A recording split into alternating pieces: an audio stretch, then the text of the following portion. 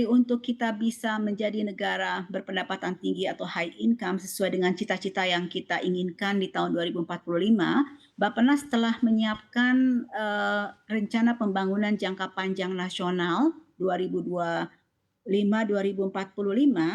yang kemudian kita sebut dengan untuk mewujudkan Indonesia Emas 2045. Nah, tentunya di dalam strategi besar yang kita harapkan untuk Indonesia bisa menjadi negara yang sesuai dengan visi Indonesia Emas 2045 adalah negara Nusantara yang berdaulat, maju, dan berkelanjutan. Nah, tentunya kata kunci yang harus kita lakukan adalah transformasi secara total, yaitu transformasi Indonesia tidak hanya dilakukan hanya dengan transformasi ekonomi, tetapi harus transformasi secara menyeluruh, baik transformasi sosial, transformasi ekonomi, transformasi tata kelola, dan juga kita menyiapkan landasan transformasi. Tentunya transformasi secara menyeluruh ini akan memastikan kita bisa terus melaju pertumbuhan ekonominya dalam kisaran 6-7%. Dan kalau kita bisa konsisten pertumbuhan ekonomi sebesar 6% dalam 20 tahun ke depan, maka Indonesia bisa keluar dari middle income trap atau jebakan negara berpendapatan menengah di tahun 2041. Jadi di tahun 2045 kita sudah bisa menjadi negara berpendapatan tinggi. Bahkan kalau kita bisa tumbuh lebih cepat lagi, tumbuh dengan kisaran 7%, maka Indonesia akan bisa keluar dari middle income trap di tahun 2038. Baik, bagaimana mungkin kita bisa memanfaatkan bonus demografi yang akan kita dapatkan ini? Betul, betul sekali karena inilah golden momentum untuk Indonesia. Jadi 20 tahun ke depan ini adalah betul-betul masa-masa emas yang harus kita manfaatkan. Kalau kita lewat bonus demografi ini, maka akan sulit sekali kita untuk melakukan akselerasi pertumbuhan ekonomi. Jadi now or never, apabila Indonesia mau menjadi negara maju saatnya ini. Saatnya sekarang, saatnya dalam 20 tahun ke depan yang kita harus betul-betul menyiapkan SDM kita. Jadi bonus demografi ini harus kita manfaatkan dengan betul-betul meningkatkan kualitas dari sumber daya manusia kita. Jadi nanti bonus demografi betul-betul akan menjadi aset dan modal kita untuk melakukan akselerasi dalam pembangunan. Baik, lalu strategi apa yang bisa kita lakukan di saat kita mendapatkan bonus demografi ini agar SDM kita memiliki kualitas unggulan?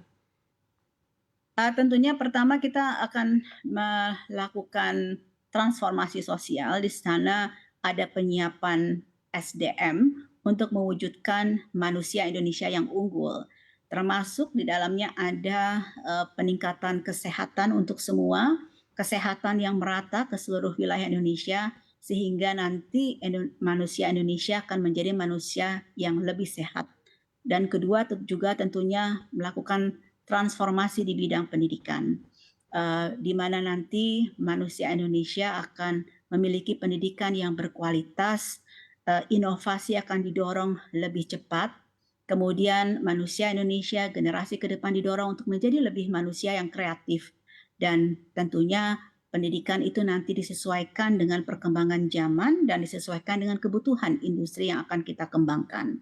Jadi tidak ada lagi mismatch antara pasar tenaga kerja dengan kebutuhan industri kita.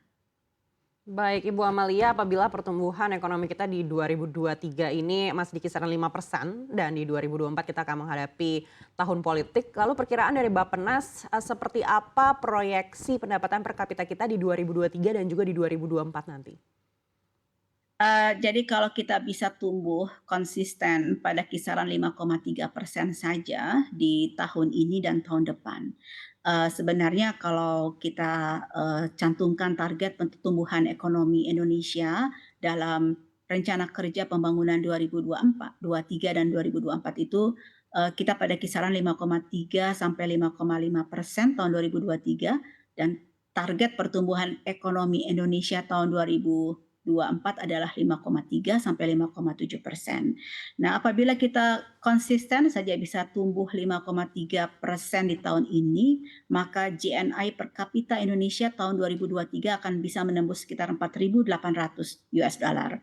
Dan terus kalau kita tetap melaju di tahun 2024 pada kisaran 5,3%, maka GNI per kapita kita di tahun 2024 akan bisa menembus 5.100 US dollar per kapita.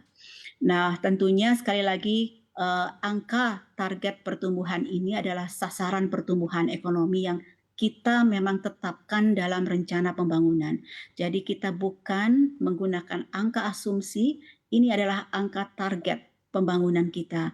Jadi oleh sebab itu target pertumbuhan ekonomi atau sasaran pertumbuhan ekonomi yang kita tetapkan dalam dokumen rencana pembangunan setiap tahun ini perlu menjadi acuan bagi kita semua, sehingga kita memiliki derap langkah yang sama untuk kita bisa mencapai sasaran-sasaran pembangunan, termasuk sasaran pertumbuhan ekonomi yang kita tetapkan.